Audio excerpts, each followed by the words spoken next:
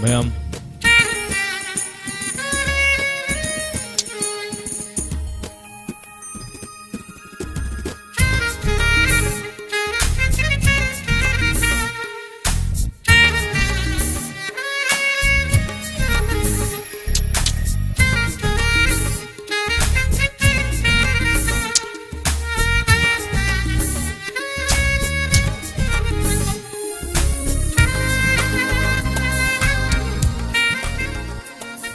mayam punamuk po taram noksari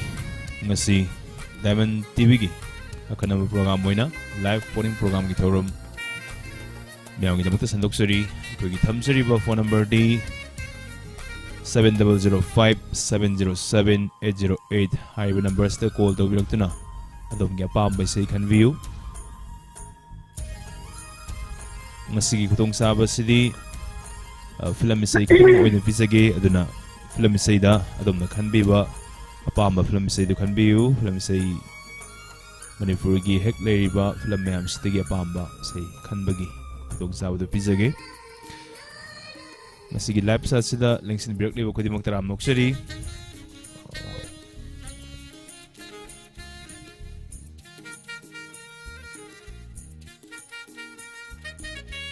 nasigi ahan lengsin break pa Ranjita Kaisam taram noksari Gangarani Kolkata Ranjita Kaisamna Sara Bobo Kurumzari takpirei Kurumzari Taram Noksari Gangarani Kolkata na Sara Abo Thagachari Kai Khunazari takpirei Thagachari Taram Noksari Setal Singh Sara Bo good afternoon takpirei Kurumzari takpirei Good afternoon Taram Noksari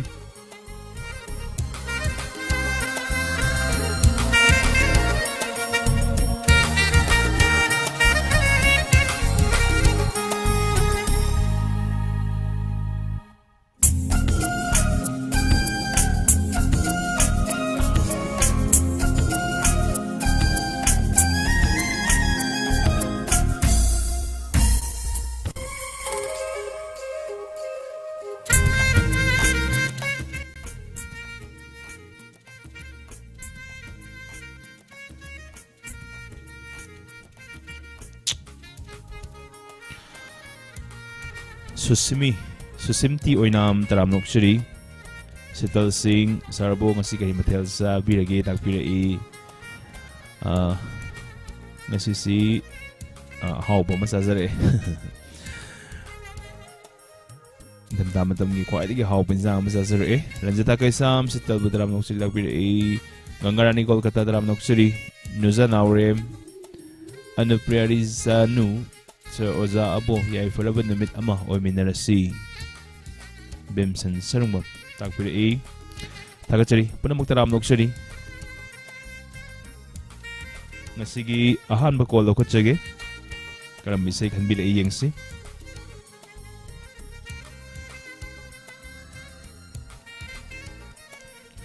Hello Taram Noksari Isang mingle from Highview Haibong pupiregi lintoy ne tama Taram Noksari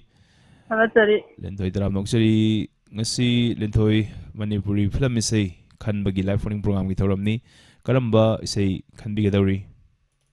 Imoinu wan gi citrana sakpai soido na khanjaragi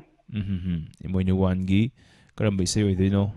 ku phet ka phet ngam ban ngan patan ngi tobodo Yam bazabi isay makan bi Tamo wan tang hajo bagadra Highview Nungti gi phangba mi je nong phado phang kono sungphang phang nge habi adabra ba Nungti gi phangma mi se amtang Highview Nungti gi phang ye na ne adum phang lei bi adabra ba Phangaga lei bi adabra haiba aw Thoram se sum masak phajana ba haidana haidi khara miyam toina tawba sing sidi atopa sing sigi khanbiraga khara phone je latak to biu haidana ikoni smain haijabani aduga phangdaba yade haiba makti kaisu leite oh tamo thau nu ko sum hang bane hoi haidi thoram se sum amana khoi call tawgi niyom se yam toina tawba sing di khangdoi ba natra khara sum phang lera khara sumang phangdabado adugi kitang nungai roidra haibagi ikoni haijabani live yaw buje tare nipal lakti chure ba adu nungdang de mu yaw bo phangdabane ai ungde sum yawning ba call tawbidragasu adum thoramdo saruk yabiba kaisu kaiba leite ꯑꯣ thagachari wahum sina loibirabro ꯂꯣꯏꯔꯦ ꯑꯇꯩ ꯍꯥꯏꯖꯅꯤꯡꯉꯥꯏ ꯂꯩꯇꯦꯗ hoi hoi hoi isai se kana taminagani ꯏꯁꯩꯗꯤ ꯑꯩꯈꯣꯏ diamond ꯇꯥꯕꯤꯔꯤꯕ ꯃꯌꯥꯝꯗꯨ ꯑꯗꯨꯝ ꯇꯥꯃꯤꯟꯅꯖꯔꯒꯦ adudi isai se ahanba caller su oire ado isai se mateba ngangbiramba yabro ꯑꯩꯅ ꯑꯍꯥꯟꯕ ngasigi thorom sigi ahanba caller ni somse ꯑꯣ ꯍꯣꯏ matam matema ngangthupiramo Kufit kahar kapit ngan batanangi musi musi mangal duna Kufit kapit ngan batanangi musi musi mangal duna Manghan bangam loy ay hingi amamba Manghan bangam loy ay hingi amamba Nusiba masa khanjadribi ayna nangli oy bamatikad Nusiba masa khanjadribi ayna nangli oy bamatikadra Wakati tamoina ni paijay pagningse tamo siwawdang ngangage atadi sebentar thagachari ahanba caller ni sai ngangbiramba haini ngani tana thagachari azomgi khanbiramba sai kudul tamjari taminase thagachari moinu film istigi saini biskupta laisram gi mekta sorry senjamna saiban ba dugumna bisaini mayam punna taminasi kudol tamjari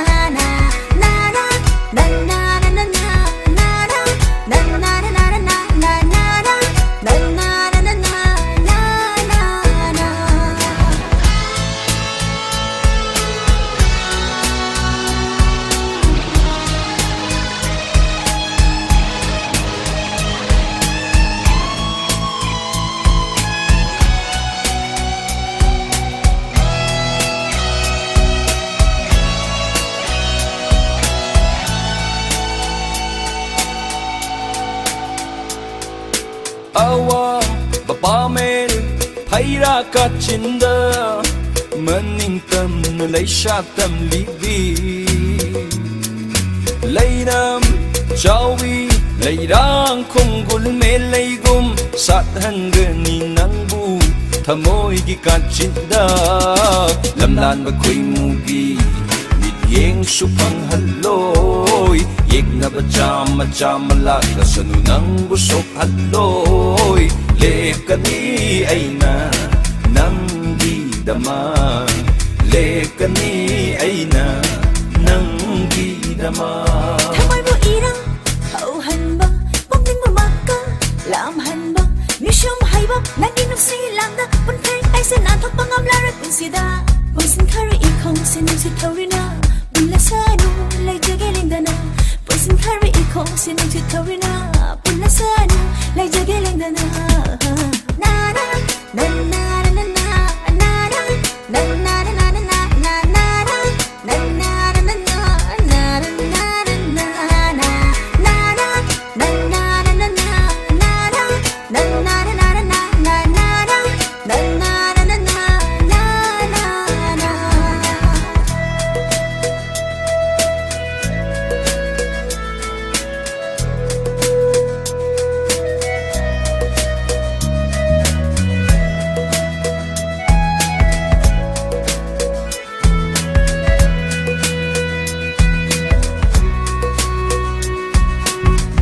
Saraba kalengi may sasufang haloy Inglaba ningtamgi ulen suyay haloy Saraba kalengi may sasufang haloy Inglaba ningtamgi ulen suyay haloy Malanggit ang tiba sa sufang haloy Fajaba kaya nung siba kaya Yung ligigi Sumapi may tong say Yung magkipindore Kuning dunalay Nung sibig sang ini Pamubi mani Kaya ba tamoy Chay na busok kanki Iyay na kanlaba itjelda Tao doon na po birikaw shinggum 반투범 강다나 발레폼 강다나 자차디 망자가니 뿐세세 이래는 갈라봐 이젤다 따오도나 뿌비리 까우싱금 반투범 강다나 발레폼 강다나 자차디 망자가니 뿐세세 Pareng paidu na punna caktari Becek lasing gimatau gum tamoy tinana Nung si kujeng paloy na Urage ng bupantung yaw na Nung si kujeng paloy na Urage ng bupantung yaw na Kufet ngon ba't nandangi Musi mangal doon na Kufet ngon ba't nandangi Musi mangal doon na Banghan mangamloy Ahinggi amama 타그저리 이세시 ꯑꯩꯈꯣꯏꯅ ꯑꯗꯨꯝ ꯌꯥꯝ ꯇꯣꯏꯅ ꯇꯥꯔꯁꯨ ꯇꯥꯔꯕ ꯑꯩꯈꯣꯏꯒꯤ ꯑꯃꯨꯛ ꯍꯟꯖꯤꯜꯂꯛꯄ ꯏꯁꯩꯒꯤ ꯁꯔꯨꯛ ꯑꯃꯨꯛ ꯍꯟꯖꯤꯜꯂꯛꯄ ꯁꯔꯨꯛꯁꯤꯗꯤ ꯑꯩꯈꯣꯏ ꯃꯌꯥꯝꯗ ꯃꯤꯅꯤꯃꯥꯏꯁ ꯇꯧꯖꯒꯦ ꯑꯗꯨꯒ ꯀꯣꯜ ꯃꯁꯤꯡꯁꯦ ꯍꯦꯟꯅ ꯐꯪꯅꯅꯕ ꯏꯁꯩ ꯃꯁꯤꯡ ꯍꯦꯟꯅ ꯊꯥꯅꯅꯕ ꯍꯣꯠꯅꯖꯒꯦ ꯃꯊꯪꯒꯤ ꯀꯣꯂꯔ ꯑꯃꯗ ꯈꯨꯗꯣꯡꯆꯥꯕ ꯄꯤꯖꯔꯤ ꯍꯜꯂꯣ ꯍꯜꯂꯣ ꯇꯔꯥꯝ ꯅꯣꯛꯆꯔꯤ ꯏꯁꯥꯒꯤ ꯃꯤꯡ ꯂꯩꯐꯝ ꯍꯥꯏꯕꯤꯌꯨ ꯁꯃꯨꯔꯧꯗꯒꯤ ꯔꯣꯁꯤꯕꯤꯅꯥ ꯁꯥꯃꯨꯔꯧꯗꯒꯤ ꯔꯣꯁꯤꯕꯤꯅꯥ ꯍꯣꯏ ꯇꯔꯥꯝ ꯅꯣꯛꯆꯔꯤ ꯔꯣꯁꯤꯕꯤꯅꯥ ꯀꯔꯤ ꯏꯁꯩ ꯇꯥꯕꯤꯒꯗꯧꯔꯤ ꯉꯥꯏꯖꯔꯛꯄ ꯅꯨꯃꯤꯠꯀꯤ ꯄꯨꯁꯄꯥꯔꯥꯅꯤꯒ ꯑꯔꯕꯤꯟꯒ ꯄꯟꯅ ꯁꯛꯄ ꯊꯥꯖ ꯅꯠꯇꯦ ꯑꯇꯤꯌꯥꯒꯤ ꯍꯥꯏꯕ ꯏꯁꯩꯗꯣ ꯇꯥꯖꯒꯦ ꯇꯥꯕ ꯌꯥꯝ ꯐꯖꯕ ꯏꯁꯩ ꯑꯃ ꯈꯟꯕꯤ ꯀꯅꯥꯅ ꯇꯥꯃꯤꯟꯅꯒꯅꯤ ꯏꯁꯩꯁꯤꯗꯤ ꯗꯥꯏꯃꯟ ꯇꯤꯚꯤ ꯆꯦꯅꯦꯜ ꯇꯥꯕꯤꯔꯤꯕ ꯃꯌꯥꯝꯒ ꯇꯥꯃꯤꯟꯅꯖꯒꯦ ꯑꯗꯣ ꯗꯥꯕꯨ ꯀꯩꯅꯣꯝꯇ ꯍꯪꯖꯍꯧꯒꯦ ꯉꯁꯥꯏ ꯄꯨꯛꯅꯤꯡꯒꯤ ꯋꯥꯔꯣꯜꯗ ꯗꯥ ꯖꯦꯝꯁꯅ ꯁꯃꯨꯔꯧꯗ ꯂꯤꯂꯥ ꯂꯩ ꯍꯥꯏꯈꯤꯕꯗꯣ ꯁꯃꯨꯔꯧ ꯀꯗꯥꯏꯋꯥꯏꯗꯔꯥꯅꯣ ꯑꯩꯈꯣꯏꯒꯤ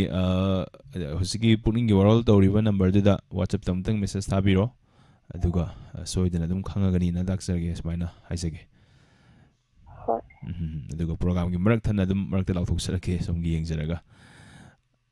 ꯁꯃꯨꯔꯧꯗꯅ ꯍꯦꯛ ꯌꯦꯡꯕ ꯆꯠꯅꯤꯡꯉꯤ ꯍꯣꯏ ꯑꯗꯨ ꯁꯣꯏꯗꯅ ꯈꯪꯍꯟꯖꯔꯛꯀꯦ ꯑꯗꯨꯝ ꯄ꯭ꯔꯣꯒ꯭ꯔꯥꯝꯁꯤ ꯉꯥꯛꯇꯪ ꯁꯔꯨꯛ ꯌꯥꯕꯤꯌꯨ ꯑꯩ ꯁꯣꯏꯗꯅ ꯑꯗꯨꯝ ꯈꯪꯍꯟꯖꯔꯛꯀꯦ ꯑꯗꯨꯒ ꯉꯁꯤꯁꯦ ꯀꯔꯤ ꯃꯊꯦꯜ ꯁꯨꯝ ꯆꯥꯕꯤꯔꯒꯦ ꯍꯪꯒꯥꯝ ꯊꯣꯡꯕꯒ ꯁꯤꯡꯖꯨꯒ ꯆꯥꯏ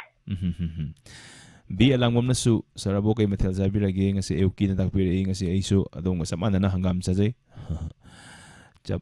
ꯇꯟꯖꯥꯁꯤ ꯂꯧꯖꯔꯒ ꯈꯨꯝꯖꯕꯅꯤ ꯑꯗꯣ ꯃꯃꯥꯡꯗ ꯂꯥꯏꯚ ꯐꯣꯟ ꯄ꯭ꯔꯣꯒ꯭ꯔꯥꯝꯗꯗꯤ ꯁꯔꯨꯛ ꯑꯗꯨꯝ ꯌꯥꯕꯤꯈ꯭ꯔꯕꯣ ꯑꯧ ꯗꯥꯕꯨ ꯑꯗꯨꯝ ꯌꯥꯖꯩꯌꯦ ꯗꯥꯏꯃꯟ ꯔꯦꯗꯤꯑꯣꯗ ꯂꯩꯔꯤꯉꯩꯗꯒꯤ ꯑꯗꯨꯝ ꯌꯥꯖꯔꯦ ꯍꯣꯏ ꯊꯥꯒꯠꯆꯔꯤ ꯑꯩꯈꯣꯏꯅ ꯁꯟꯗꯣꯛꯆꯕ ꯄ꯭ꯔꯣꯒ꯭ꯔꯥꯝ ꯈꯔꯗ ꯑꯗꯨꯝ ꯂꯦꯞꯇꯅ ꯁꯔꯨꯛ ꯌꯥꯕꯤꯕꯁꯦ ꯑꯩꯈꯣꯏꯒꯤ ꯁꯥꯏꯠꯇꯒꯤ ꯍꯥꯏꯅꯤꯡꯉꯥꯏ ꯂꯩꯇꯅ ꯊꯥꯒꯠꯆꯔꯤ ꯁꯣꯝꯕꯨꯁꯨ ꯑꯗꯣ ꯏꯁꯩ ꯐꯖꯕ ꯑꯃꯁꯨ ꯈꯟꯕꯤꯔꯦ ꯃꯇꯦꯛ ꯑꯃ ꯉꯪꯕꯤꯔꯝꯕ ꯌꯥꯕ꯭ꯔꯣ ꯗꯥꯕꯨ ꯏꯁꯩꯗꯤ ꯉꯪꯖꯔꯔꯣꯏꯒꯦ ꯑꯩ ꯂꯣꯛ ꯊꯨꯡꯕꯒꯤ ꯈꯣꯟꯖꯦꯜꯁꯦ ꯀꯌꯥ ꯅꯨꯡꯉꯥꯏꯇꯦ ꯑꯗꯨꯗꯤ ꯏꯁꯩꯁꯦ ꯃꯌꯥꯝ ꯄꯨꯟꯅ ꯇꯥꯃꯤꯟꯅꯕ ꯌꯥꯔꯕ꯭ꯔോ ꯌꯥꯔꯅꯤ ꯀꯅꯥꯅ ꯇꯥꯃꯤꯟꯅꯒꯅꯤ ꯏꯁꯩꯁꯤꯗꯤ ꯗꯥꯏꯃꯟ ꯇꯤꯚꯤ ꯆꯦꯅꯦꯜ ꯇꯥꯕꯤꯔꯤꯕ ꯃꯌꯥꯝꯒ ꯇꯥꯃꯤꯟꯅꯖꯔꯦ ꯂꯥꯏꯞ ꯆꯠꯇ ꯂꯩꯕꯤꯔꯤꯕ ꯈꯨꯗꯤꯡꯃꯛꯁꯨ ꯀꯣ ꯊꯥꯒꯠꯆꯔꯤ ꯀꯣꯜ ꯇꯧꯕꯤꯔꯛꯇꯨꯅ ꯁꯔꯨꯛ ꯌꯥꯕꯤꯔꯝꯕꯒꯤꯗꯃꯛ ꯅꯧꯅ ꯆꯪꯕꯤꯔꯛꯄꯁꯤꯡ ꯁꯨꯁꯤꯝꯇꯤ ꯑꯣꯏꯅꯥꯝ ꯈꯣꯏꯁꯅꯥꯝ ꯑꯕꯦꯠꯆꯥ ꯑꯔꯨꯅ꯭ꯌ ꯀꯣꯏꯖꯝ ꯕꯤ ꯑꯂꯥꯡꯕꯝ ꯗꯦꯕꯖꯥꯅꯤ ꯀꯁꯥꯔ ꯇꯣꯝꯕ ꯅꯥꯃꯩꯔꯥꯛꯄꯝ ꯏꯟꯗꯤꯔꯥ ꯑꯔꯤꯕꯝ ꯁꯣꯃꯣꯂꯇꯥ ꯁꯃꯨꯔꯥꯏ ꯂꯥꯛꯄꯝ ꯈꯨꯗꯤꯡꯃꯛ ꯇꯔꯥꯝ ꯅꯣꯛꯆꯔꯤ ꯈꯟꯕꯤꯔꯛꯂꯤꯕ ꯏꯁꯩ ꯃꯌꯥꯝꯗ ꯈꯨꯗꯣꯜ ꯇꯝꯖꯔꯤ ꯃꯌꯥꯝ ꯄꯨꯟꯅ ꯇꯥꯃꯤꯟꯅꯁꯤ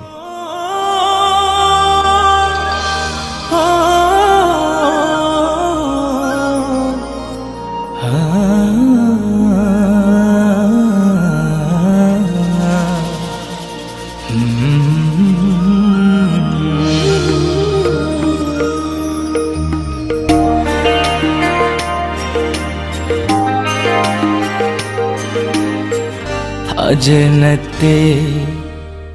अतियागे नंदी ऐगे थवाइनी अहिंसीना लोइख्रबसु थाबलसीना मुख्रबसु नंगी नाली सांखिरो थाजनते अतियागे नंदी ऐगे थवाइनी उनको यादे शाखी थमसे उनको यादे साखी थमुशे शातनुरे हौजीते खंडुरे अपांगा मुशी मैंने लगले लम्हे ऐसे मुशी मैंने लगले लम्हे ऐसे सलागुम लंगे शब्दम से नंगी शब्दम से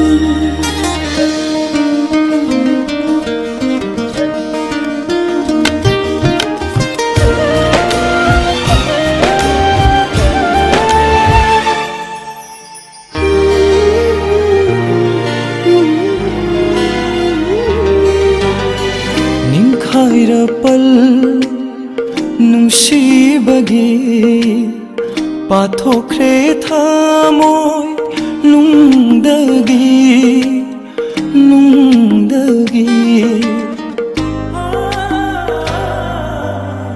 निंखाइरपल नुंसीबगे पाथोख्रे थामोय नुंदगी हवाई से चढ़े नंगी ननाता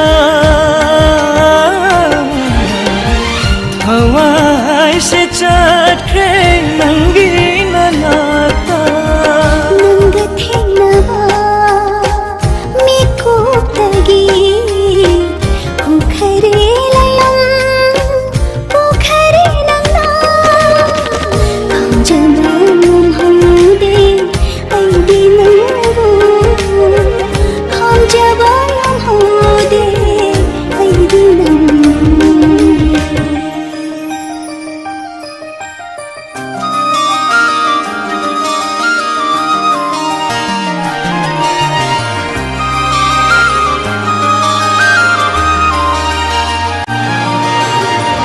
नमनुरे लैनम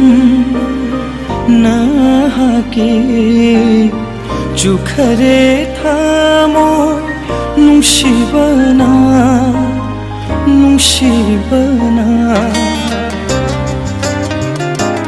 ओ नमनुरे लैनम नाहाके चुखरे थामो नुंसीबना अंगाव बहाइबदो ओइरे हासे नोथां कुपलरे लकानुशे खुंथां येरे नापसिदा लक्षण जबमुंगे ऐगी पुग्नु लक्षण जबमुंगे ऐगी पुग्नु थाजनते अतियागे नंदी थवाइनी थागतचरी नौन नेक्सन बिरकलिबा लापसा सिस्टर लेबिरिबो खुदिमक तराम नोक्सरी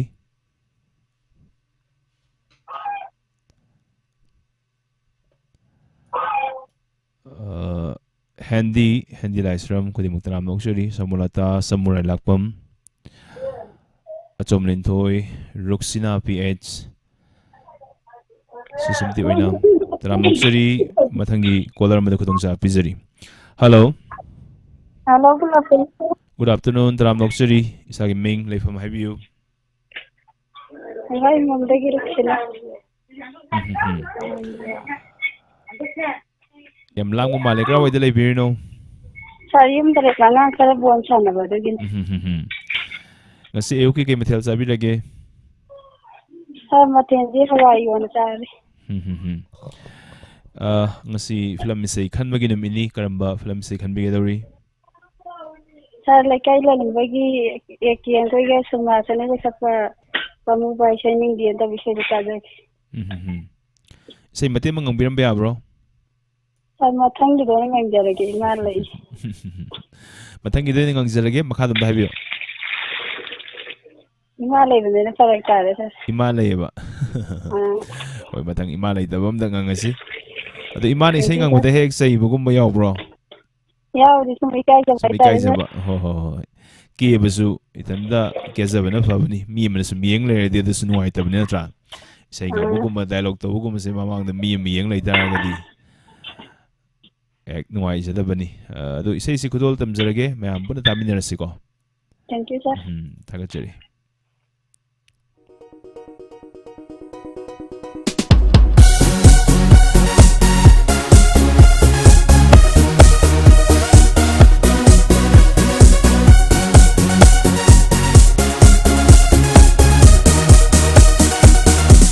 Hãy subscribe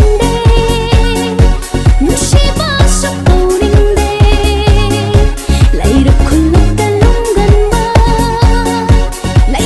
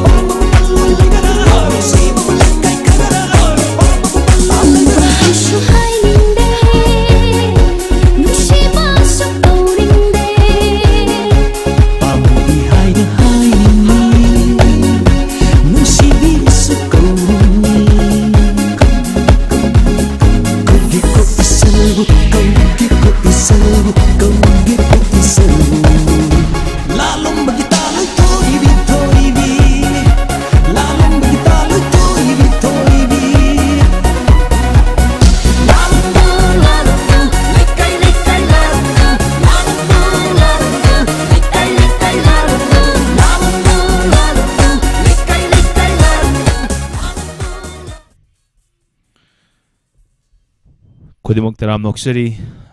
live chat sida mioi adum lengsan bir e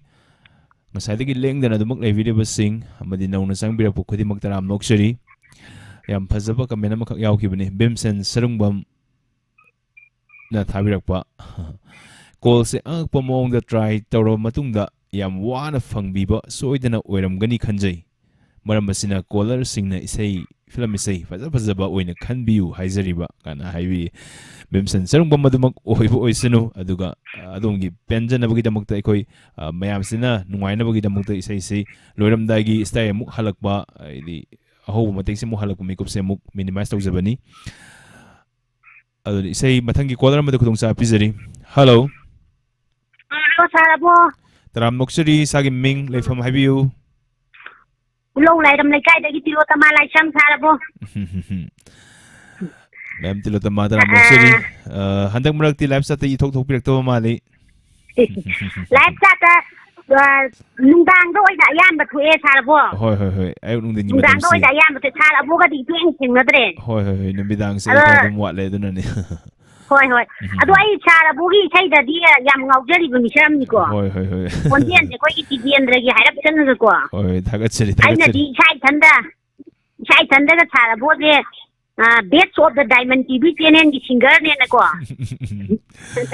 Kanda daga lai jari ne mina pi daga to aina pija bai tare. Hoi, nungsi bi bagini adu yam hena thagalaga su nuai jade. Hoi. Adu ngasi film isai khan bagini mitni madam karamba isai khan bi gadawri. Hoi, akoi nauki ga agi de. Baby Rani ga raje chori ga na sakba akoi in khatlak pagi sahi se pamui go ki dauba na tawdo adu ta jage isai se khoida biuri se nawai film du yengi bagi ningsanga ira na traga nawai de sum pamuk paisai oidero sibo nga wai de jum pame isai je adum arang ba je hoi ai je sei tana ro rai won da kai khante ai thakning ba isai adum pakkat ko sei isai jam pam dei hoi aduna adum ayin ba sei arang ba sei hoi live chat ki keno tawbani na sai gi wa da lai le khoi nga thi nong ni je hoi sum awa haibadi tawriba situation dina tang lang ba ko pa angang bijing mathwai sum nungai jana ba lang min na ko min na je na sum tawjabani sa bo ke su kai ba leite awa ba thodok ma ba thokre mathangda hoi asiguma thokta ba oirasanu aduga awaramba hoi awa wakhal singsenga khaktang kauthokpa oirasanu haidana sumaina arang bisai tasi haidana takpirakpani haidinga leitana thagachari adudi sei sigana na tamina gani sei je khoi gi live chat ta lai bi ba na lai bi ba ai phol ani pai bo live chat ta chang ba jing ai man pa sa ba ne ba phol ani di pai je dre ba aduna moi live chat ta lai bi ba khoi gi naw ting sa tha ba ikhak thong ba punam ka ne ulap tamina jara ge moi ji ne ba yam maru oi gi hoi ado mayam na so hojik se somna obi da bagini nga hatangi ma tungda dum yengbiyo ado mayam na sa tale biri ba mayam na su se tilo tama khurumzari na mayam thabire yam na popular oi ba sani se yam nung si ba ni moi na ngang ko lon da de hoi si da ni he da dong naw dong yam nung si da ni hoi thagachari Tagachari, adamna khanbirak lebi sei khudol tamjari taminase.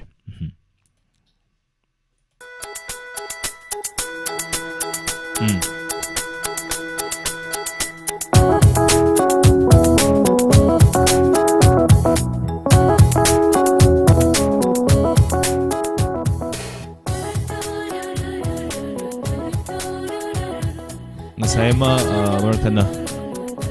saya ma samuro da ngasi ra kani ka wai dano na hangbi do samuro naurem chapro hai mafam sida Ritamo James Kilila na hakim tung de yang fung bigani samuro naurem chapro nana upasina soidin yang biu khalo wakhal upayengu hida kisi kanaro achikpa dalang lu shikoi rurasi thapna chatlu rashi uroi da bakana sukhang loi da bama pham amatang di hayo ngasi di sutini sande pin khatlak pagi chahi se amui ko ho khi dauba na ha oi bai matam asi chaki ko loi khi dauba shigi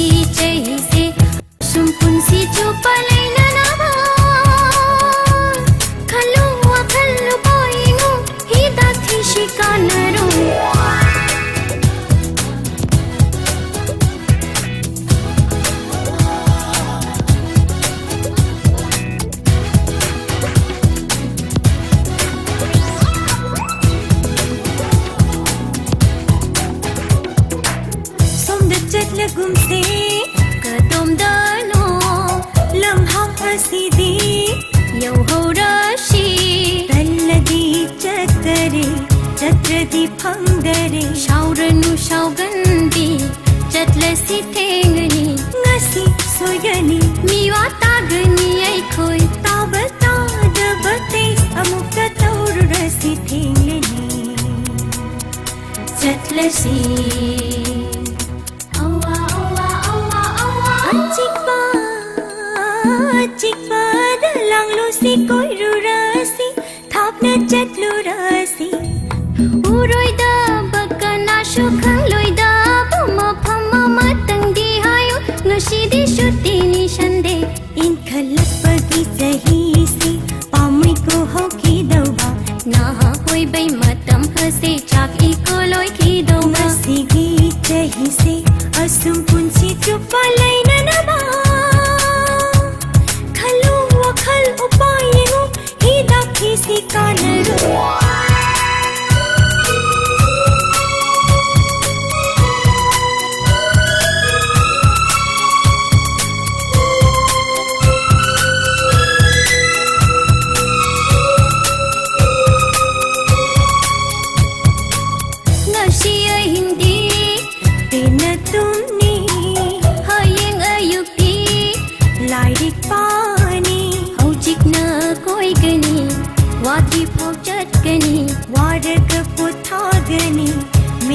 Suchairani chatlam mani ngai ram khinida ngai ba ngai da bates amukta tauru rasi thingleni chatlasi awa awa awa awa achikpa dalang lu shi koiru rasi thapna chatlu rasi uroida bakana sukhang loida bama pham amatangdi hayo ngasidi sutini sande in khatlak pagi chahi se pamai ko ho khi dauba na hoi bai matam hase chak iko loi khi do ngasidi chahi se asum punchi chupa laina na ba khalu wa khal upaye ho hi dakhi si kanaro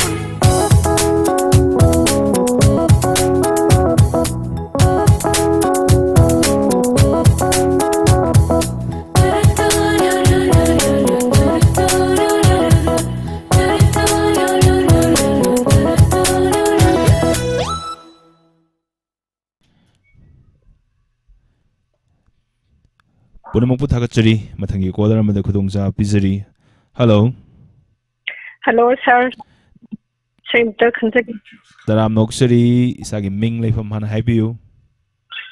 Sir, Kawa Police. Amukta haibiu. Kawa Police le. Ningo leima haibako.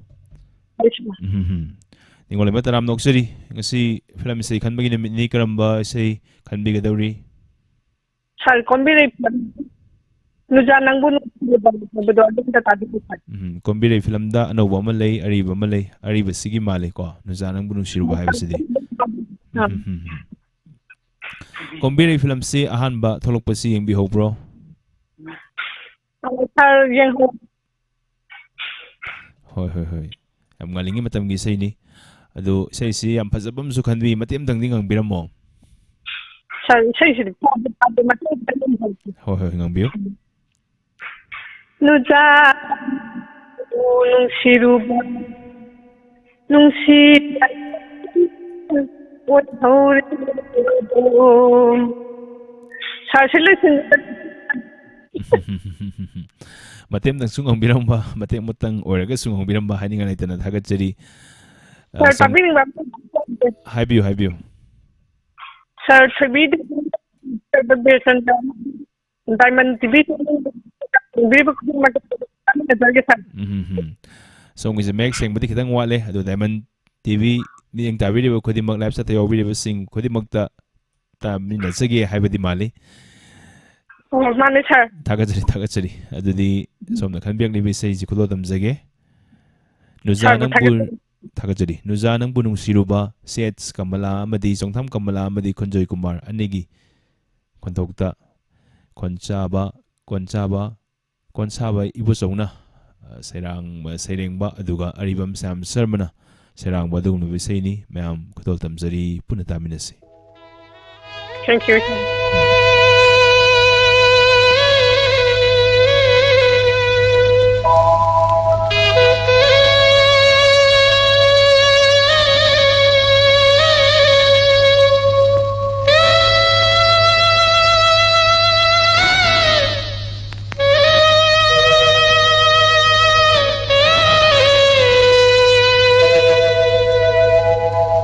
Nuja nangbu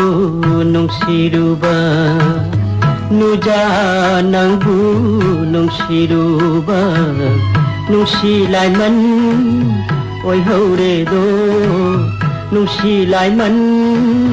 oi haure do Nul thawai kacharuba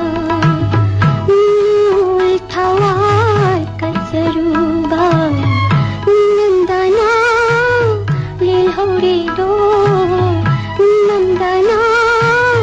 lil haure do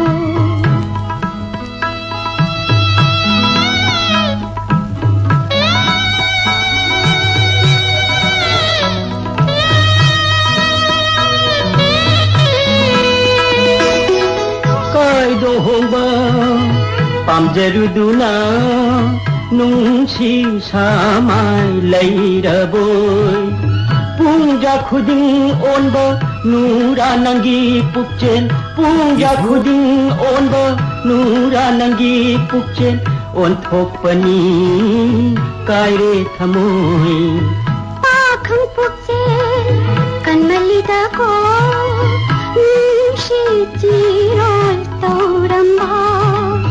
Nungsi mashakhang han kai namai tapiba Nungsi mashakhang han kai namai tapiba On thopani kaire thamoi Thasi chama oirere do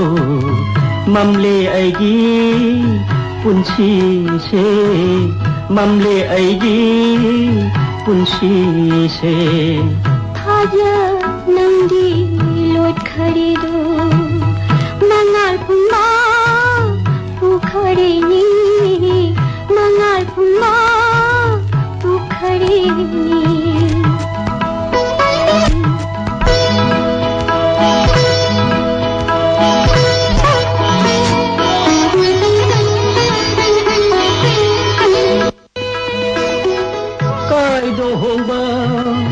Pamjaruduna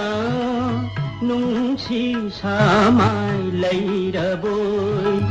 Pungja khuding onba nura nangi pukchen Pungja khuding onba nura nangi pukchen On thokpani kaire thamoi Pakhang pukchen kanmalida ko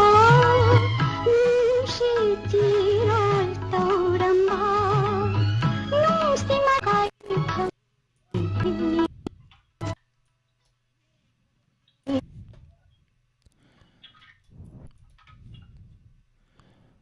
ꯃꯌꯥꯝ ꯄꯨꯝꯅꯃꯛꯄꯨ ꯊꯥꯒꯠꯆꯔꯤ ꯃꯊꯪꯒꯤ caller ꯑꯃꯗ ꯈꯨꯗꯣꯡꯆꯥꯕ ꯄꯤꯖꯔꯤ hello hello Hello, good afternoon, sir. Good afternoon ꯇꯔꯥꯝꯅ ꯑꯣꯛꯆꯔꯤ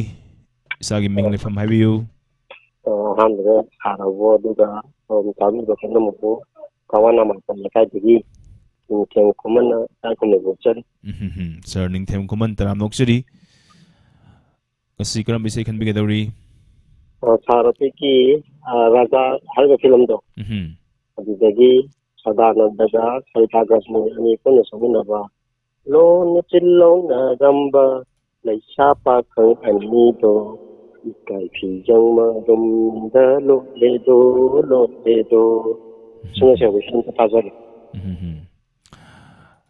Raja film yamna fazaba matam amda yamna popular oikhiba adugumlaba film ni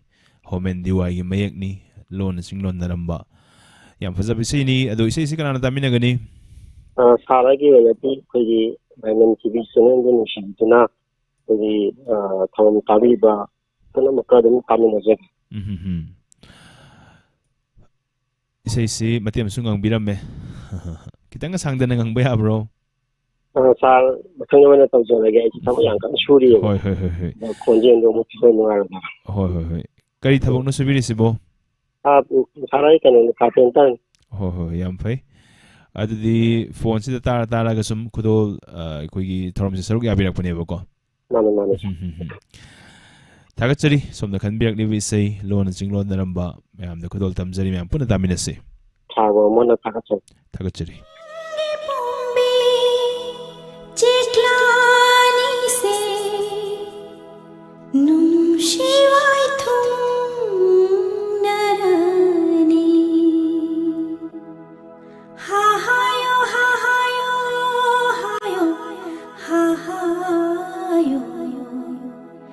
ikairi se goni ha hayo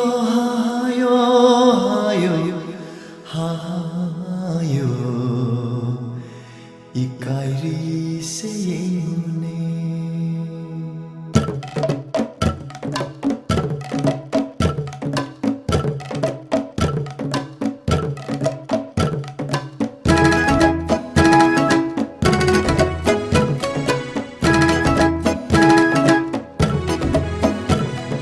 lona chiluk naramba leisha pakhangani se ikai fi jangmarum da lotle do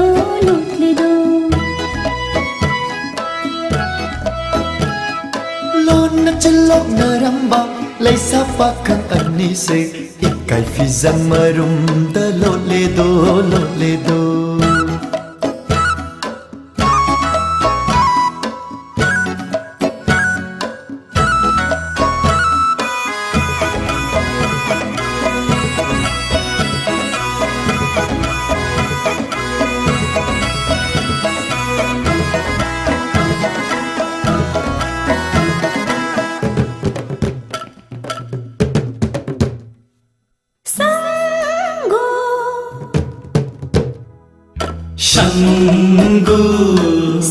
Sangu paiduna punna chaktaminaramba Amatta oiba khonjelda nungsi isai sakminaramba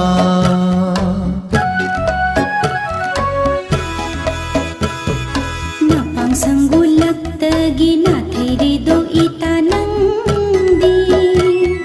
Napang sanggulattagi nathiri do marunandi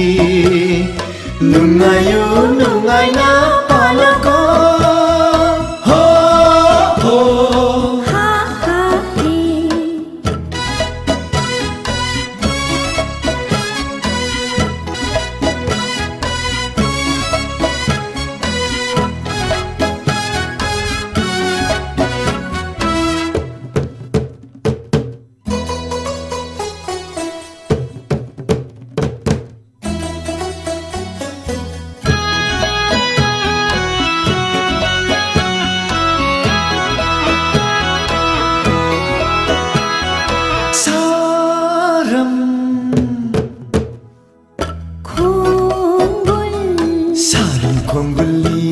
Vasantagi sadan pana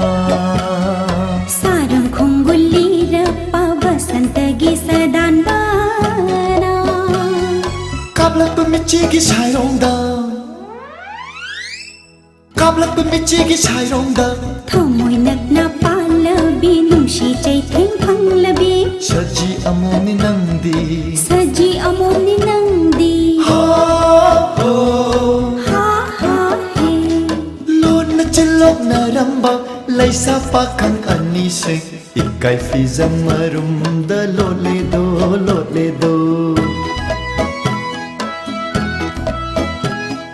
Lona chilok naramba laisa pakhang ani se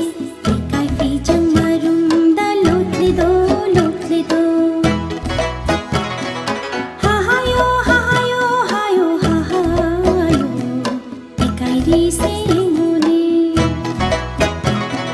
hayo hayo hayo hayo ikairi sayingune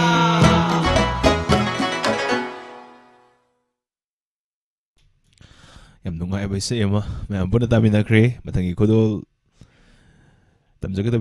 isai si kanana khanbiak puno kanano karam isai no haibdi minasi. Hello. Hello sir. Taram noksiri. Taram noksiri sir. Isagi ming lepum haibiu. Sai thodamdagi Sanjit Laisam. Thodamdagi. Oh. Sanjit Laisam taram noksiri. Karam isai khanbigadori Sanjit. Awai mapu pyamgi boni ama thapa wakhalgi haurakam oibana nimatasu kaudrabana haku hai heda sa atani sa yamna fazaba itholokpa kuijoga sum yamna loinamak hojik inkhalakliba generation sing hana leramba sing ne yamna taab nungaiba adugi matik forba matam sig yam chanarabi saini sei fazaba um khanbi kana tamine ngani sei si tamine sa kha haja ke one kono apos lagi Surendranath Surjit Bimol Nicham Thapam kha tamine sa Tagachari thank you sir Tagachari call do birakna saruk yabaram bagi damok hiding laitana Tagachari lab chat nong the lengsin birak liba sing Shakespeare dagi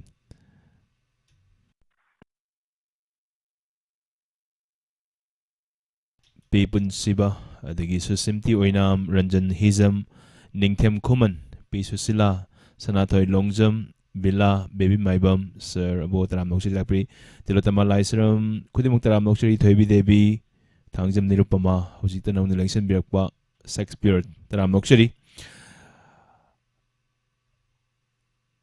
Adom Nakhan Birakpa Isai Mayam Nakudol Tamzari Taminasi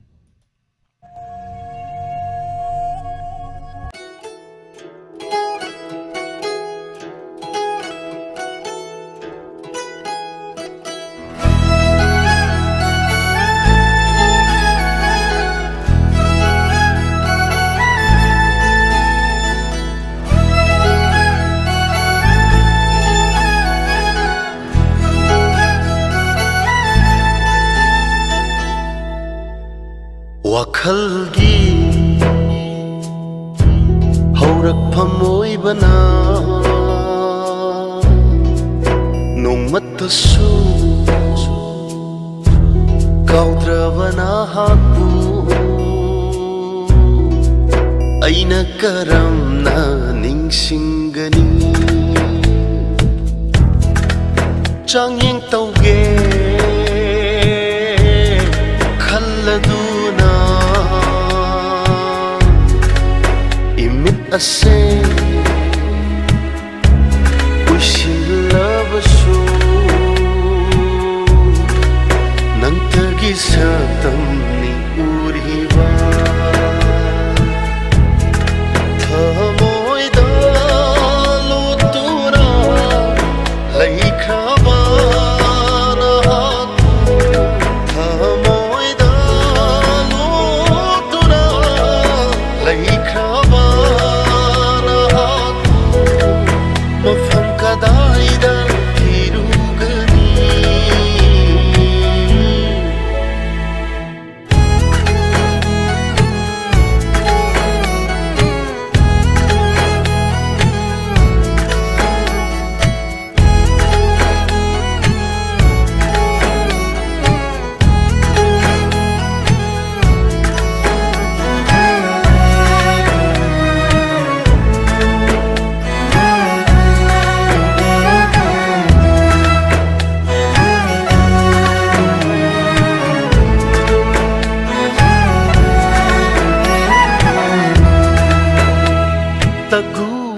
tanikla thawalata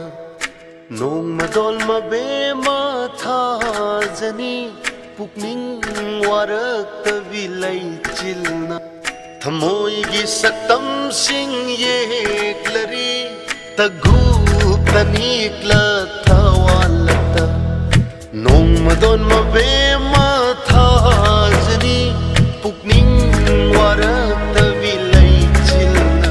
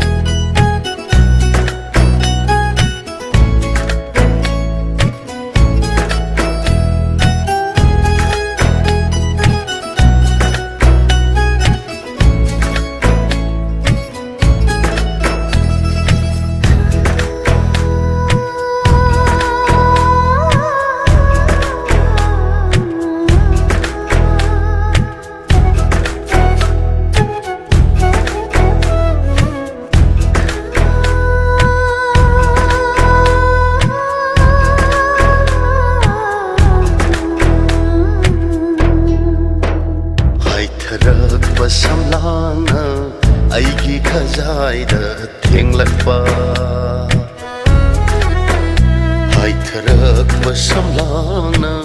ꯑꯩꯒꯤ ꯈꯖꯥꯏꯗ ꯊꯦꯡꯂꯛꯄ ꯀꯣꯛꯂꯔꯣꯏꯗꯕ ꯅꯪꯒꯤ ꯁꯛꯇꯝꯒꯤ ꯃꯆꯨꯁꯤꯡ ꯑꯩꯒꯤ ꯊꯃꯣꯏꯗ ꯍꯟꯖꯤꯟ ꯍꯟꯖꯤꯟ ꯍꯟꯖꯤꯟ ꯁꯪꯈꯔꯦ ꯅꯪꯉꯣꯟꯗ ꯂꯥꯏꯆꯨꯔꯕ ꯑꯩꯅ ꯍꯪꯂꯤ ꯋꯥꯍꯪꯂꯤꯁꯤꯡꯂ ꯅꯪꯉꯣꯟꯗ ꯂꯥꯏꯆꯨꯔꯕ ꯑꯩꯅ ꯍꯪꯂꯤ ꯋꯥꯍꯪꯂꯤꯁꯤꯡꯂ ꯅꯪꯕꯨ ꯀꯌꯥꯝ ꯀꯨꯏꯅ ꯉꯥꯏꯈꯣꯒꯦ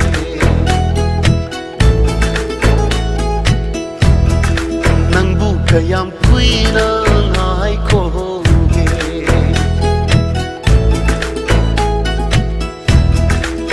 ꯋꯥꯈꯜꯒꯤ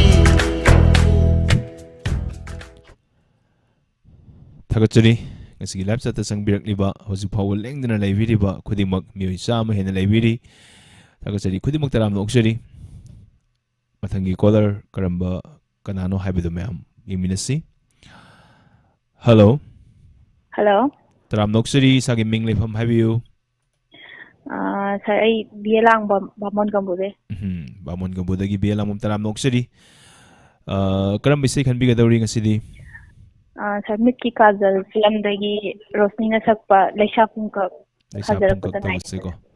ꯕꯤꯌꯦꯂꯥꯡꯕꯝꯁꯤ ꯅꯣꯡꯃ ꯑꯩꯅ ꯑꯍꯥꯟꯕ ꯄ꯭ꯔꯣꯒꯥꯝ ꯇꯧꯕꯗꯅ ꯀꯩꯅꯣꯝꯃ 100ꯒ ꯀꯌꯥꯅꯣꯃ ꯀꯣꯜ ꯃꯁꯤꯡꯗ ꯐꯪꯈꯤꯕꯗꯨ ꯅꯠꯇ꯭ꯔꯣ ꯃꯥꯅꯦ ꯃꯥꯅꯦ ꯃꯁꯤꯡꯗꯨ ꯀꯌꯥꯅꯣ 126 ꯁꯨꯕꯗ ꯐꯪꯕ ꯑꯗꯨꯁꯨ ꯂꯥꯁ ꯀꯣꯂꯔ ꯑꯣꯏꯕ꯭ꯔꯥ ꯀꯩꯝ ꯇꯧꯕꯅꯤꯀꯣ ꯂꯥꯁ ꯀꯣꯂꯔ ꯃꯌꯥꯝ ꯀꯣꯜ ꯑꯝꯇ ꯇꯧꯕꯤꯔꯛꯈꯤꯅꯨꯒ ꯇꯧꯔꯒ ꯇꯧꯈꯤꯕꯅꯦ ꯑꯩ ꯅꯤꯡꯁꯤꯡꯉꯤ ꯊꯥꯒꯠꯆꯔꯤ ꯊꯥꯒꯠꯆꯔꯤ ꯏꯁꯩ ꯌꯥꯝ ꯐꯖꯕ ꯑꯃꯁꯨ ꯈꯟꯕꯤ ꯂꯩꯁꯥ ꯄꯨꯡꯀꯛ ꯐꯥꯖꯔꯛꯄꯗ ꯉꯥꯏꯔꯤ ꯍꯥꯏꯗꯅ ꯃꯤꯠꯀꯤ ꯀꯥꯖꯜ ꯐꯤꯂꯝꯒꯤ ꯌꯥꯝ ꯐꯖꯕ ꯏꯁꯩꯅꯤ ꯏꯁꯩꯁꯤ ꯀꯅꯥꯅ ꯇꯥꯃꯤꯟꯅꯒꯅꯤ ꯏꯁꯩꯁꯦ ꯂꯥꯏꯞ ꯆꯥꯠꯇ ꯂꯩꯕ ꯃꯌꯥꯝꯒ ꯂꯣꯏ ꯇꯥꯃꯤꯟꯅꯔꯒꯦ ꯑꯗꯨꯒ ꯁ꯭ꯄꯦꯁꯤꯌꯦꯜꯂꯤ ꯂꯩꯁꯥꯕꯤ ꯃꯆꯥ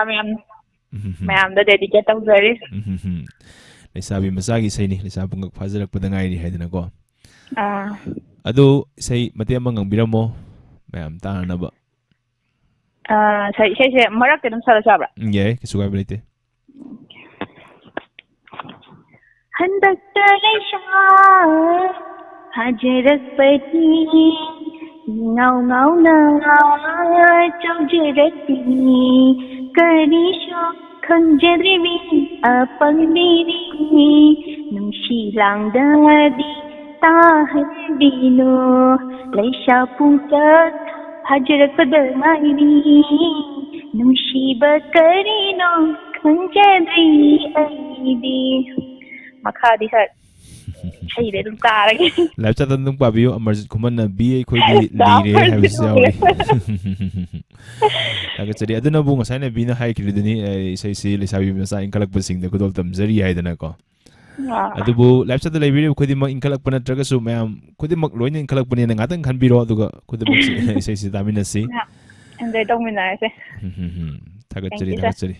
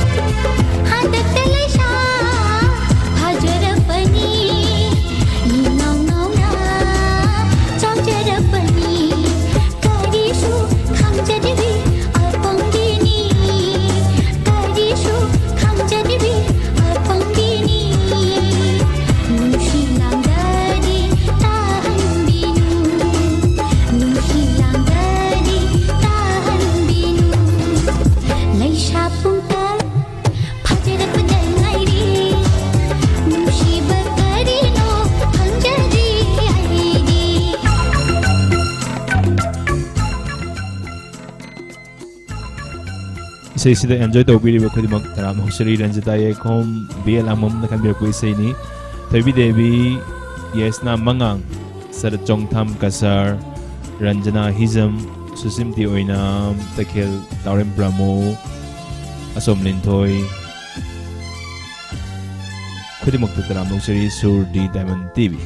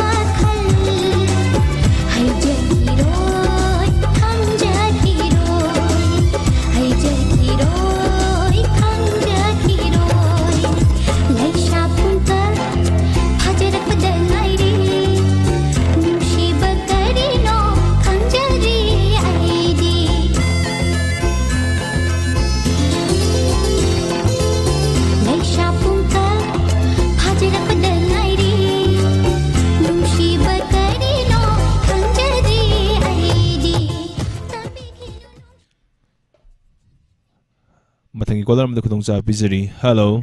Hello. Good afternoon, Dabo. Good afternoon. Taram hoksari Sagi Minglay from Habiyu. Dabo ay sinama malakay di Singkay Moira.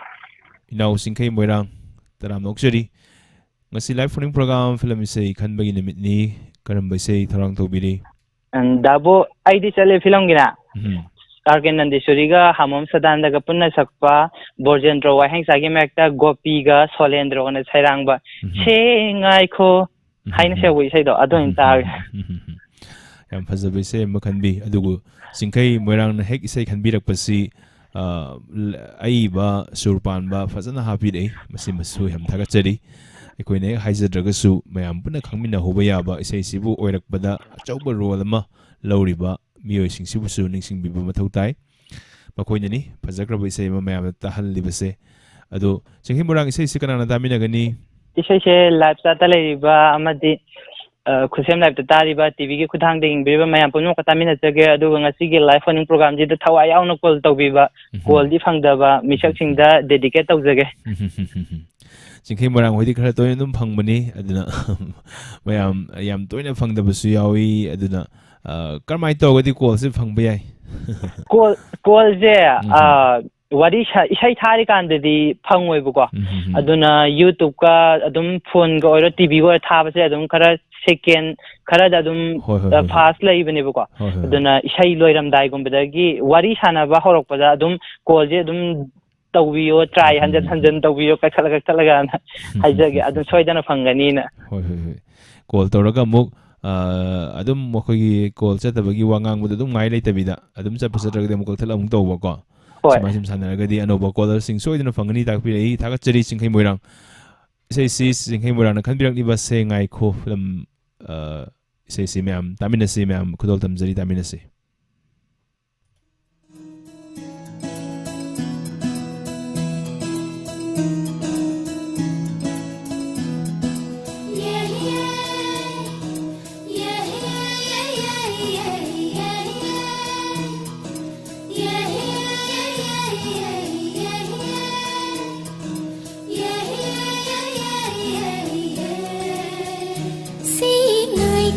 Chakhilu nangmo aibu thodok tu na lapna thamoi ani wata nari ngai inakegi chakhi bayaro ho nangu thadok laga kaidang nungda chatlo punsi sina hingli makai mafam kaida suchatoye lirage taro siwali nangi aigi ta oiba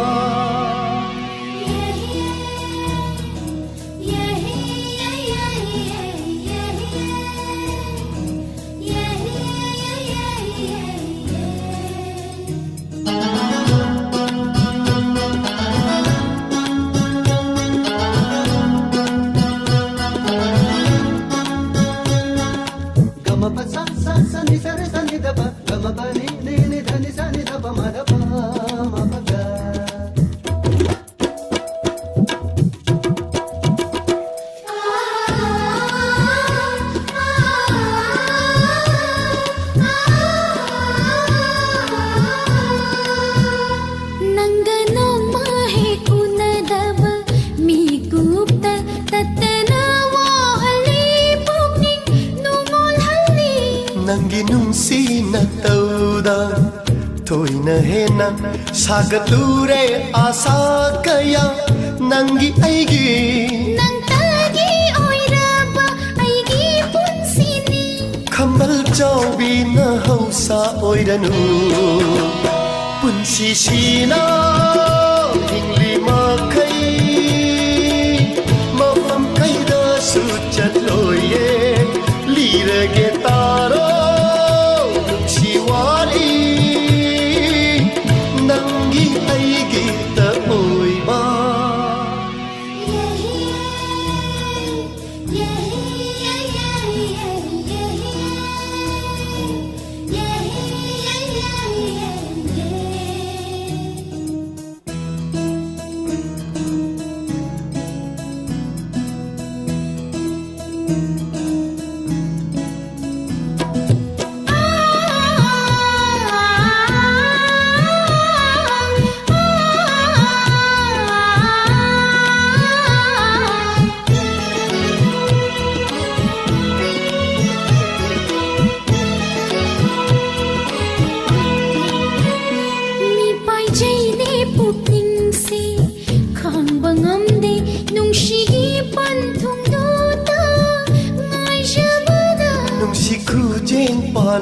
Nana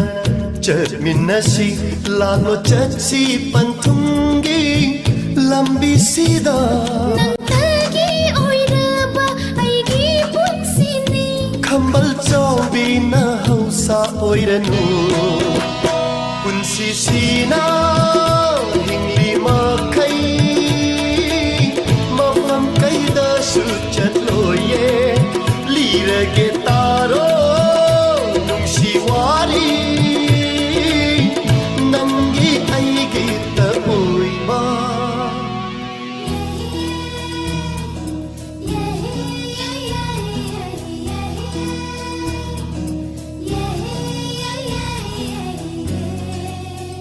Singai ko jakhinu nangmo ai bo thadok tu na lapna thamoi ani wata nari ilakagi jakhi bayaro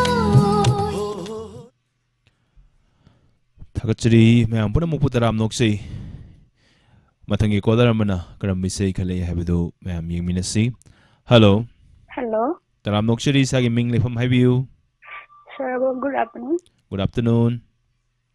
I lefam kono dagi case Ambika. Ambika live chat lebi basni ko Hoi. Taram nokshari Ambika karam bisai khan biga dawri ngasidi Maisha film dagi Maduri na sappa ngasi di tingi da thajaning shedo du tajage. Numidang daga tardi amna fazagada bisai ni natra Hoi. Numidangi program simadi saru dum yabi bro kamai dawge Numidang ayam dum yawe. Ayamba yawe bako Hoi. Hoi adudi numidang didi ay yam tuina thengnaba phangamaro aigedi sarolen gana mana thengnaramani numidang didi ko Sarolen dum thengna. Hoi adu sei semate Min khara. Hoi han haibiu Panjarage. Thoibi debi yasna Tinkai Moirang, Dagi Mama, Chimenta, Dagi Supinti, Risania, Katia, do what Paladia Haro, Tamina. Takachari, adu sei semate mangang biram bro Terrible party. Howzik thara ge fado pe horo do matangi sei sangna si program ngang na ba ko Hoi. Takachari adu sei di khudol tamjari ma'am puna taminase Thank you. Thank you. Ngasidi thengida thaja nangse Ngase isay sakpa yabra amta yengone aduga madugi isaydo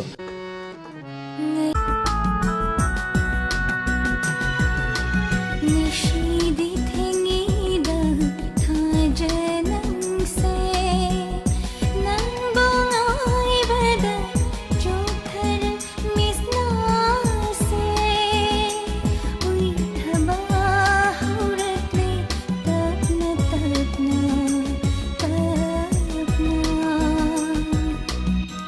Dada हंदꯛꯇꯤ ꯊꯤꯀꯥꯗꯔ ꯄꯩꯁꯥ ꯑꯝꯇ ꯍꯥꯏꯅꯕꯤꯅꯤ ꯍꯥꯏꯕꯅ ꯇꯥꯗ ꯄꯤꯅꯤ ꯍꯥꯏꯁꯦ ꯊꯥ ꯑꯃꯗꯤ ꯐꯥꯖꯔꯝꯅꯤ ꯌꯨꯝꯗꯩꯁꯨ ꯄꯩꯁꯥ ꯄꯤꯔꯣ ꯌꯥꯝ ꯀꯟꯅ ꯄꯥꯎ ꯑꯃ ꯆꯦꯜꯂꯤ ꯁꯤꯕꯨ ꯇꯥꯗꯅ ꯈꯔ ꯍꯥꯏꯕꯤꯔꯗꯤ ꯐꯔꯣꯏꯗ ꯇꯥꯗ ꯉꯥꯏꯈꯣ ꯅꯍꯥꯟ ꯇꯤꯀꯥꯗꯥꯅ ꯔꯣꯃꯤꯌꯣꯗ ꯄꯩꯁꯥ ꯈꯔ ꯄꯤꯔꯝꯒꯨꯝ ꯇꯧꯕꯤꯁꯦ ꯔꯣꯃꯤꯌꯣ ꯅꯪ ꯊꯣꯛꯂꯛꯎꯅꯦ ꯔꯣꯃꯤꯌꯣ ꯇꯥꯗ ꯊꯣꯛꯂꯦ ꯑꯩꯗꯤ ꯈꯔ ꯂꯧꯗꯕ ꯌꯥꯗꯕꯅꯤ ꯇꯥꯗꯅ ꯈꯤꯇꯪ ꯍꯥꯏꯅꯕꯤꯌꯨ ꯑꯩꯗꯤ ꯂꯧꯗ ꯌꯥꯗꯕ ꯄꯩꯁꯥ ꯈꯔ ꯂꯩ ꯑꯗꯨꯒꯤ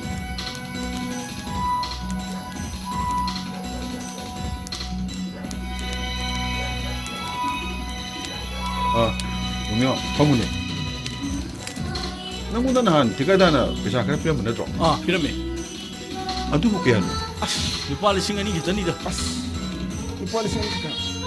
이제 또 그만 얘는 돼봐. 그래도 로미오. 따다. 이제 이모 따르시고 그다이 들어오잖아. 아시.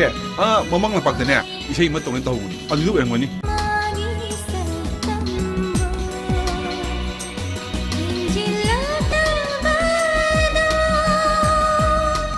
그래도 왜 하노? 거기 하이로. 어디 왔나 되다.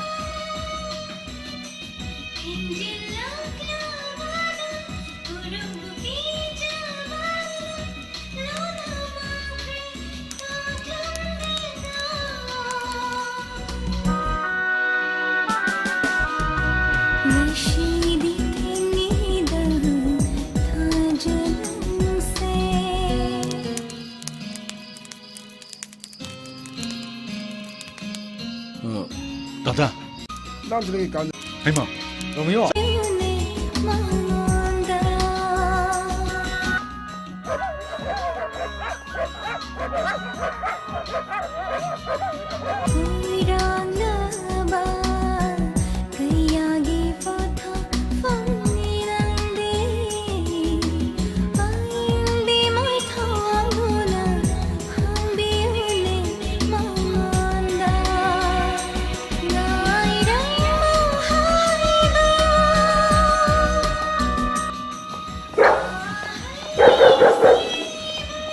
이제 이부.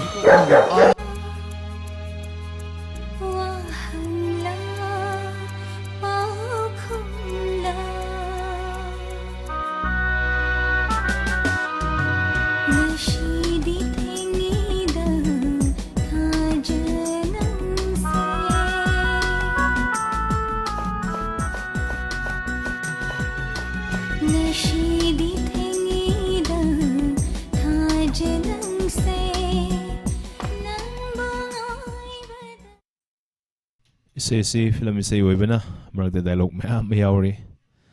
द मरक थना एडवर्टाइजमेंट हमतंग थाजरके मैमिंग बिनसे मोबाइल फोन अमखक्ता हौरे Redmi 8A blue color की मोबाइल फोन अमा थवाल वामो लाइक तगिना थवाल वांग मताव फावगी मनुंगदा ताहौरे मोबाइल फोन असिदा ऑफिस कमरे लेनबा डॉक्यूमेंट मोबाइल फोन अमखक्ता हौरे Redmi 8A blue color की मोबाइल फोन अमा थवाल वामो लाइक तगिना थवाल वांग मताव फावगी मनुंगदा ताहौरे मोबाइल फोन असिदा ऑफिस कमरे लेनबा डॉक्यूमेंट फोटो नसिंगबा खरा यावख्रे कनागुम पुक्सेन सावबसिंग थेनबिबा यारुगदी मपु ओइजरिबा अकोइजम बिरला दसिनबि अवामल मतिक साना कचगनी तमजरिबा फोन नंबर डी 8837354043 अमुका सोहना 8837354043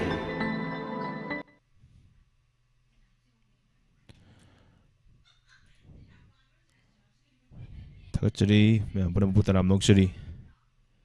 मथंगी कॉलर में खुदोंजा पिजरी हेलो हाँ सर ताजरी मिस तराम नोक्सरी ताजरी तराम नोक्सरी सागी मिंग लेफम हैबियो हाइगी मिंग देवेन कौजे इस्तीगी मिंग सर सर देवेन कर्म बैसे खन बिगदौरी ओए कुम्बे फिल्मगी हाफ एंड चाल लाइक तौबी से ताते के सर हाफ एम सा लाइबक चौबी दबसे को होय सर अहिबम सामना सकपै सैनी अदुगा कोन साबा इबोसौना सेरेंबा अदुगा अरिबम साम शर्मना सेरांगबा अदुगुम सैनी कना कना तामिनेगनी सैसी दातन टीवी चैनल ताती सोना उसका ताते के सर से मते मंगंग बिरम बे याब्रो तो ngang ya pen ka lai ba chau bi rồi phil na ko rồi dar ge sa oh adri say full smam buna taminar si kudol tumzarage. Thank you, sir. Thank you.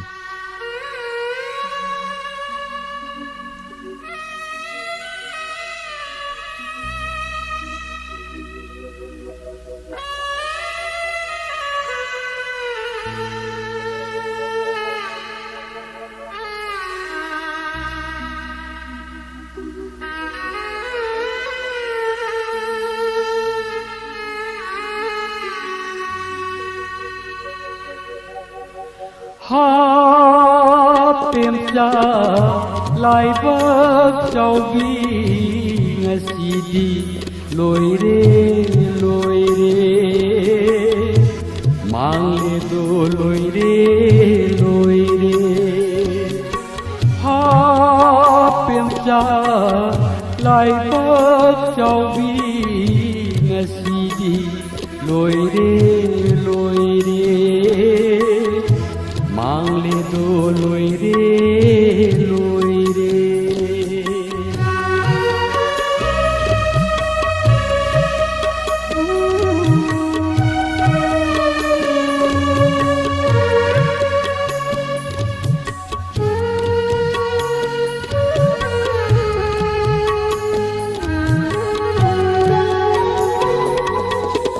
Kapung tara nau kubi palem lai bak thibidi ona thoina khangli se nuranandi udrabo kapung tara nau kubi palem lai bak thibidi ona thoina khangli se nuranandi udrabo nura kutna thajaba lamphel nawa kombire Shakli pirang sinthana ita kaurido khumolaune amukta khumolaune amukta bukmen paumen naram kho bukmen paumen naram kho ha pemja lai bak chau bi ngasidi loire mangle do loire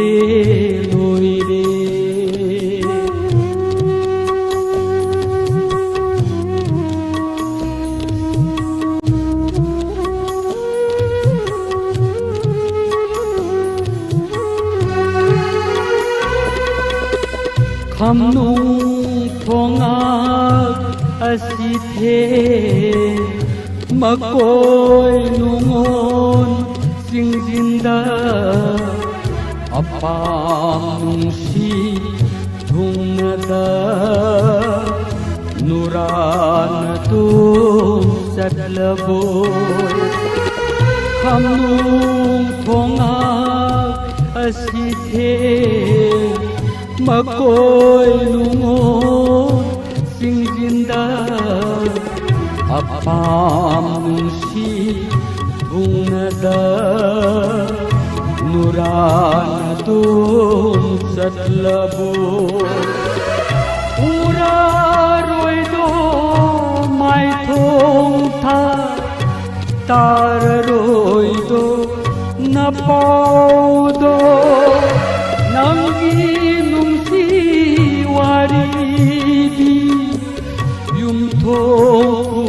ting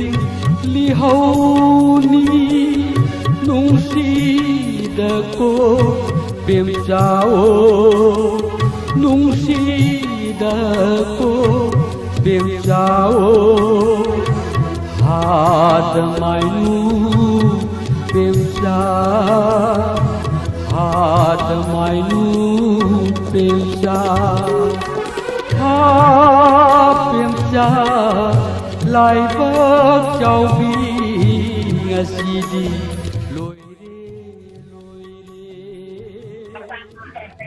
थागतचरी मैं अपना मुबु थागतचरी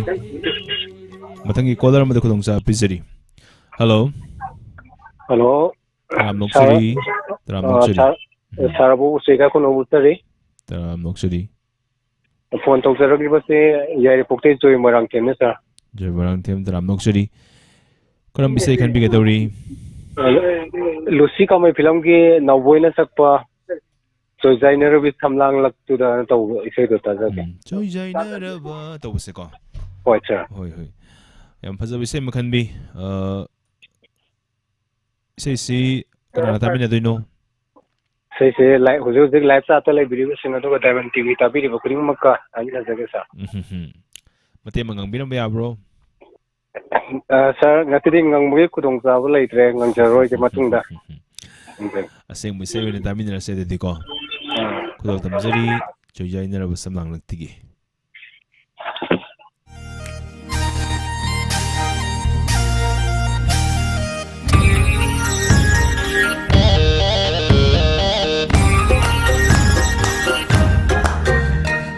joyai nara ba samlang laktuda कोई रौना रमिशना थंबलना लो चारे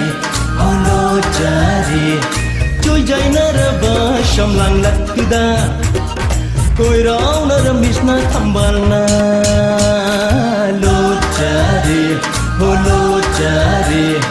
करी वाबु हाइनिंग लिबा करी वाबु तमनिंग लिबा kari wabu haining liba kari wabu tamning liba michina pau kong chali duna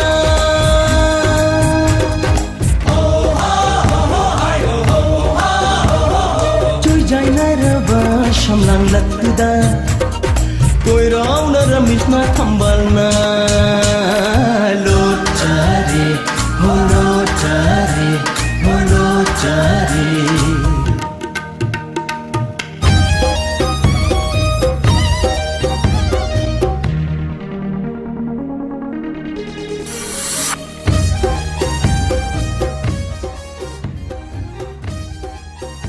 Nona sang pinagpasing Baby Devi Amarjit Kuman Yes na Mangang Sur Ambika KH Chingkay Moirang Ilutamalay Sram Tokum Aton Sanatoy Longzang Pwede magtaram Noksari Purnima Thajana Ikay Jabi Maithon Tabara Chimbala Mishum Libamino Lakin thalai trapun sina karigi amani hori Lakin thalai trapun sina karigi amu Lucy, Nanti, Tarho Joy jai naraba shamlang lakda Koi rau naramisna thambalna Lot chare Holo chari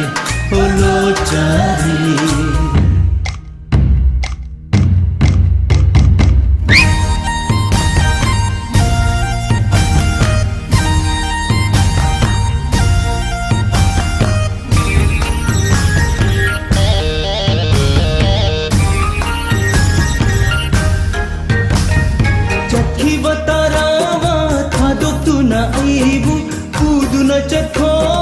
mai chak se nangi Chakhi batarawa thado tu na aibu kudu na chakho mai chak se nangi Mai shalang laba punsida laklaroi amu gening tha Mai shalang laba punsida laklaroi amu gening tha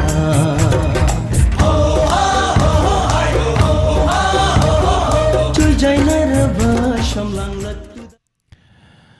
Thagachari mayam punamakpu ngasi program ek hawbadagina hojik hawa lengdina leibiriba khodimakpu haningai tana thagachari Chinghai Moirang Tayaima Memsa Sagolsem Gangarani Kolkata Sur Yesna Mangang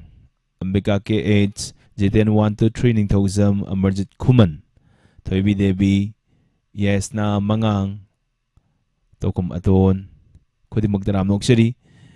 Ngasi Aroiba Kol Kanana Oiri Karambi Sei Khala I Habidu Mayam Punna Yengminasi Devjit Naurem Memsa Sagolsem Khodi Magdaram Nokshari Ngasi last caller Pakachari. Hello. Hello. Good afternoon, sir. Good afternoon, Taram Mokshari. Ngasi last caller ni somno ibili se kari phawbi ge. Sir. Haram je hai sir. Makeup kharagi tungde tarbo taragadi call se phangor de ne boko. Right. Do ngasi last caller so ere karamba sei khanbi ga dawri. Masak film dagi laisame mana sapa kayam kuina sina khangkhini taw Masak ariba film gi ko kaya kuina asumna bangkasar mana iwa aduga ahibam sam na surpan ba adugumba isaini isai se kana damina doino Diamond TV put tabi ba pura mo kadum tapera phone taw jarai baina laisame ta moidang pote laisame da Ado singer siga yumnak si manay saga hi manay sa member na sagpi bani ado isa kana na tabi na doy no Diamond TV tabi ba po na makataza sa ngasi kay matel sabi lagi Jauhai kang soy jai sa Indamda sa kamdaw bini nungay bra Hatak ti sara kanging injal na hangay di ingnaroy dira kalaban Kala Mara amamok ingamaga amuk sumuk nuksa yam saba yam sakat matam su yaw kre nadra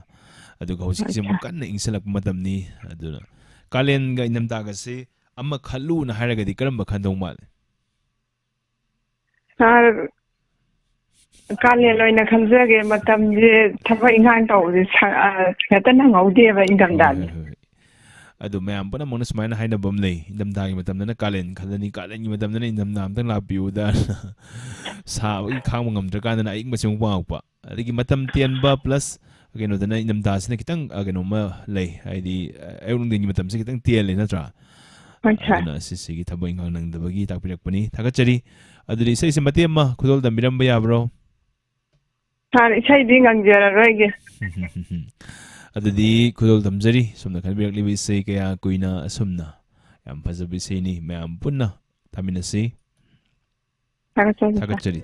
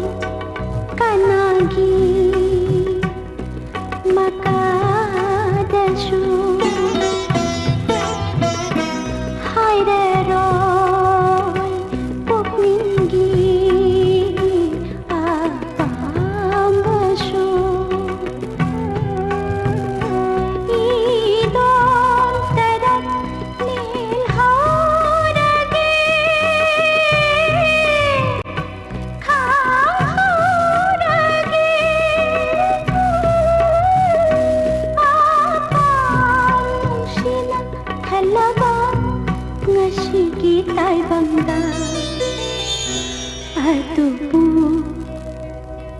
ꯀꯔꯝꯅ ꯊꯥꯗꯣꯛꯄ ꯉꯝꯒꯅꯤ ꯑꯩꯅ ꯅꯪꯒꯤ ꯋꯥꯈꯜ ꯊꯥꯗꯣꯛꯄ ꯀꯌꯥ ꯀꯨꯏꯅ ꯑꯁꯨꯝꯅ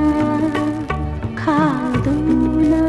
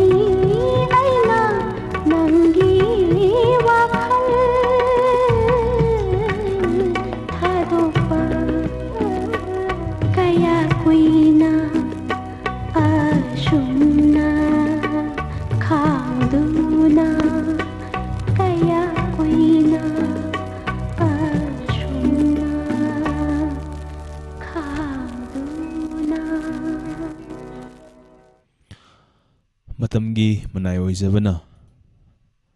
sa tharakliba thoram asi loisinbagi pungjadi yaujarakle pathang tarakpa namidangi program soidana saruk yabiu ngasigidamaktadi live phoning program Diamond TV na sandoksaba asigumna program asi matang asida tensinjage mayam punamakpu aroibu aina aponingumbamna ikoknona khurumjari